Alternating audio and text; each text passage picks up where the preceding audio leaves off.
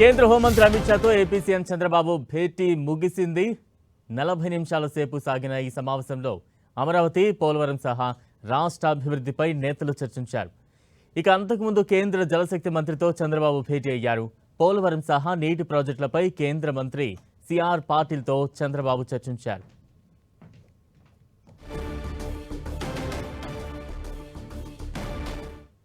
ఢిల్లీలో సీఎం చంద్రబాబు బిజీగా గడుపుతూ ఉన్నారు. కొద్దిసేపటి క్రితమే కేంద్ర హోంమంత్రి అమిత్ షాతో భేటీ ముగిసింది. తాజా అప్డేట్స్ అందించేందుకు ప్రతినిధి గోపి సిద్ధంగా ఉన్నారు. గోపి, బలరాం, కొద్దిసేపటి క్రితమే కేంద్ర హోంశాఖ మంత్రి అమిత్ షా తోటి ఏపీ సీఎం చంద్రబాబు నాయుడు భేటీ అయ్యారు.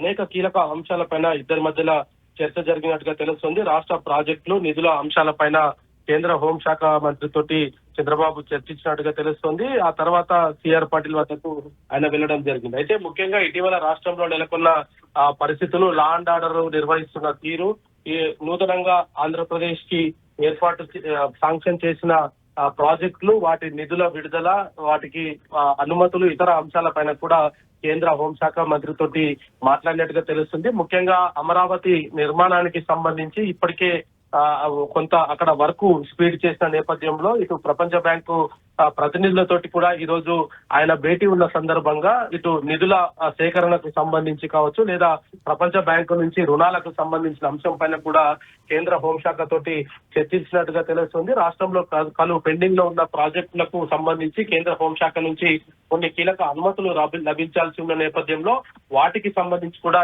ఇరువురు మధ్యలో కూడా కొంత చర్చ జరిగినట్టుగా అయితే మనకు కొంత సమాచారం అయితే అందుతుంది. బలరాం, ఈ రోజు అంతా కూడా ఆయన ఢిల్లీలో బిజీగానే గడపబోతున్నారు. రాష్ట్రానికి సంబంధించి అమరావతి, ముఖ్యంగా అమరావతిని శాశ్వత రాజధానిగా బిల్లు పాస్ అయిన తర్వాత పనులు కొంత వేగవంతం చేయడం జరిగింది.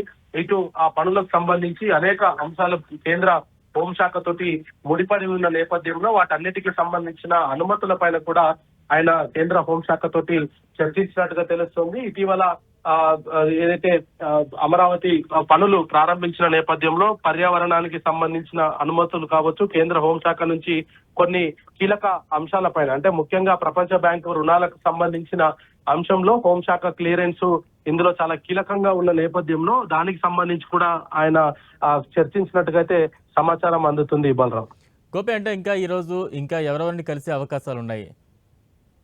బలరాం, కొద్దిసేపటి క్రితమే కేంద్ర జలశక్తి శాఖ మంత్రి సిఆర్ పాటిల్ కార్యాలయానికి కూడా వెళ్లడం జరిగింది. ఆయనతోటి కూడా భేటీ అయ్యారు. అయితే దీంట్లో సిఆర్ పాటిల్ కి సంబంధించిన అంశంలో చూస్తే గనక ఇటు ఏపీ నీటిపారుదల శాఖ మంత్రి రామానాయుడు, ఇతర అధికారులు కూడా సీఎం వెంట వెళ్లడం జరిగింది.